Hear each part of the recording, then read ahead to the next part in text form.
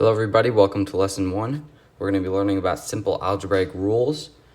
I would think most of you already know this, but if you're starting from scratch, this is a good place to start. All right, let's go. X over 4 equals 11. So to solve for x, you want to try to isolate it by doing the operation that is opposite to what's already being done. So right now we're dividing by 4, so to get it by itself, we have to multiply by 4. This way the 4's cancel out, and then we get x equals 44. So here we're doing multiplication, so we should divide. So the 2's cancel out, and then x equals 25. Here we're subtracting, so we should add. The 4's cancel out, and x equals 16. Just the opposite here, let's subtract. The 6's cancel out, and x equals 12. Here we have a square root, so to get rid of it, we have to square both sides. So the square root and the square cancel out, and then x equals 8 squared, which is 64. Here we have the square, so it's square root. So the square root and the square cancel out, and x equals 4. Here we have a cube root, so it's cube. And then x equals, because these cancel out, 8. 2 cubed is 2 times 2 times 2, which is 8. Here, cube root, these cancel out, and then x equals the cube root of 27. So what number multiplied by itself 3 times gets you 27? That's 3. All right, now let's put together some of the stuff we already learned. So here we want to get rid of x if you have multiple operations. The one closest to x, normally you're going to do last. So right now, the 3 is most closely attached to x, so we're probably going to do that last. So let's add the 5 first. So then x over 3 equals 9, and then multiply by 3.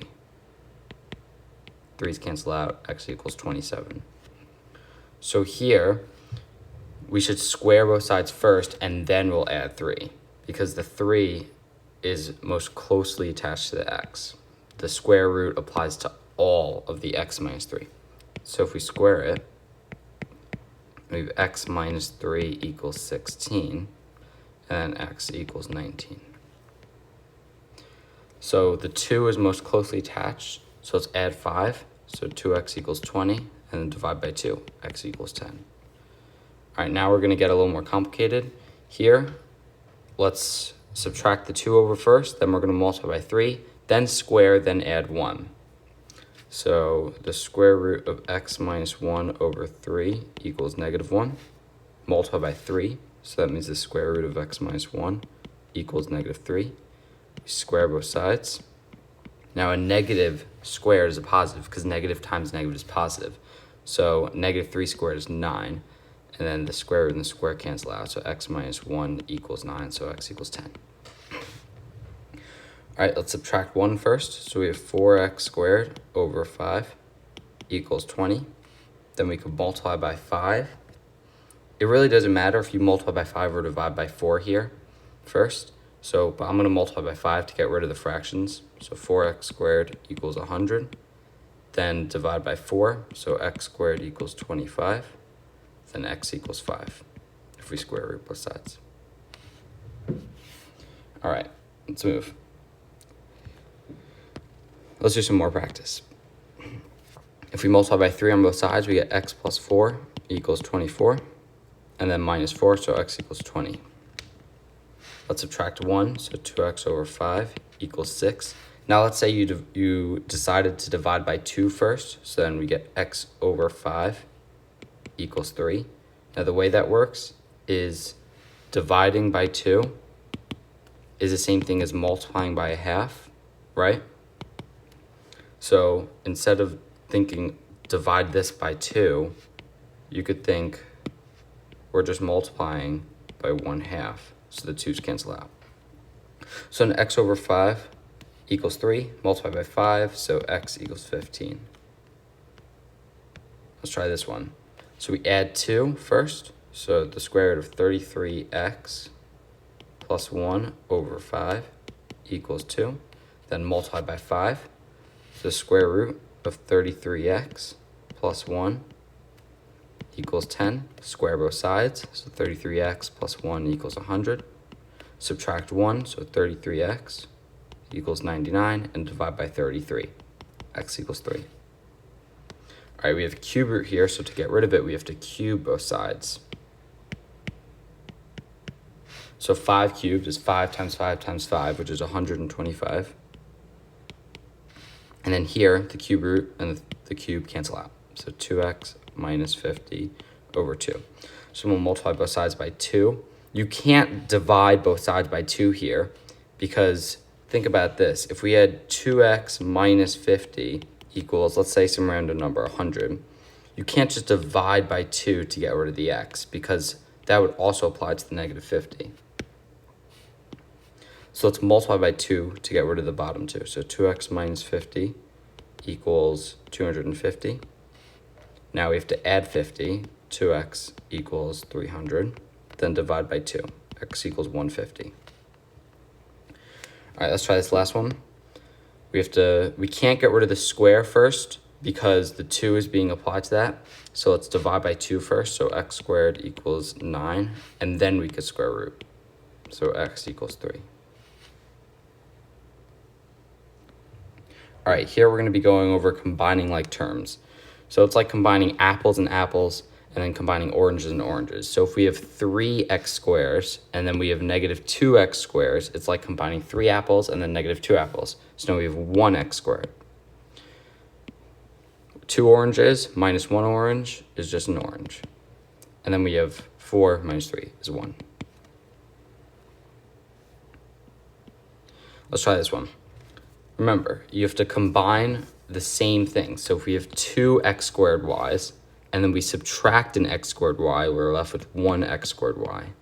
And then if we have 3x y's, and then we subtract an xy, that's 2x y's. So now let's distribute. So 2 times, in parentheses, x plus 3. We have to distribute the 2 into each of these terms. So that's 2x plus 2 times 3, which is 6. So now here, a big mistake that a lot of kids make is they'll do 2 minus x minus 10. But that's incorrect because the negative 1 is being distributed into both of these terms. So that's 2 minus x and then minus negative 10, which is plus 10. And 2 plus 10 is 12 minus x. Let's try this tricky one. 2 minus 1 minus negative x. So let's start from inside out. We have 2 minus, and then we have 1 minus negative x is 1 plus x, right? And then the negative has to distribute into each of these. So that's 2 minus 1 minus x. And then the 2 and the negative 1 combine to 1 minus x. Let's try this last one. So let's combine like terms.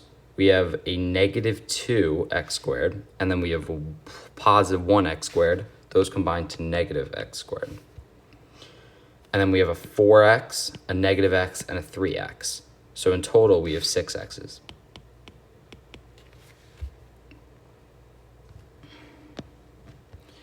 Let's try this one.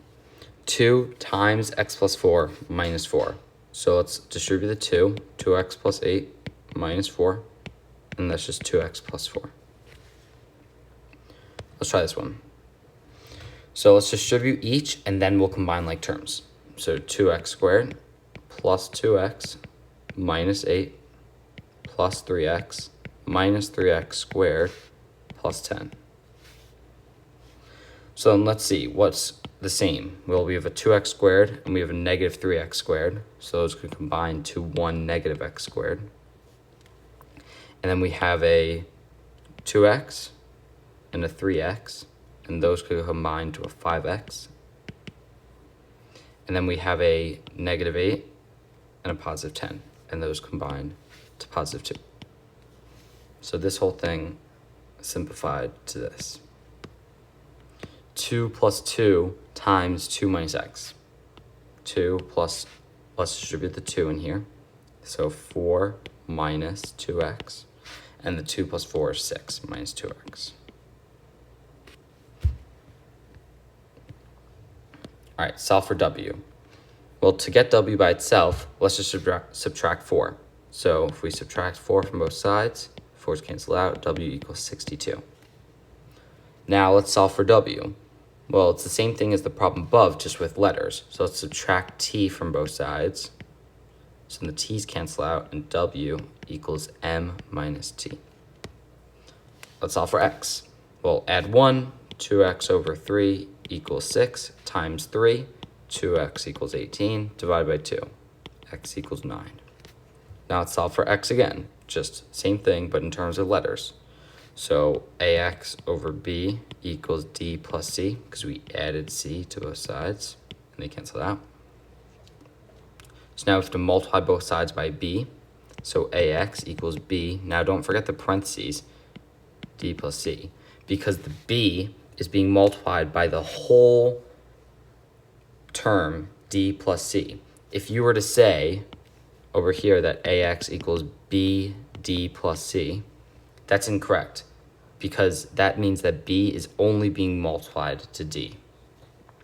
You could also say it would be correct that ax equals bd plus bc, just distributing the b into the d plus c. But let's continue.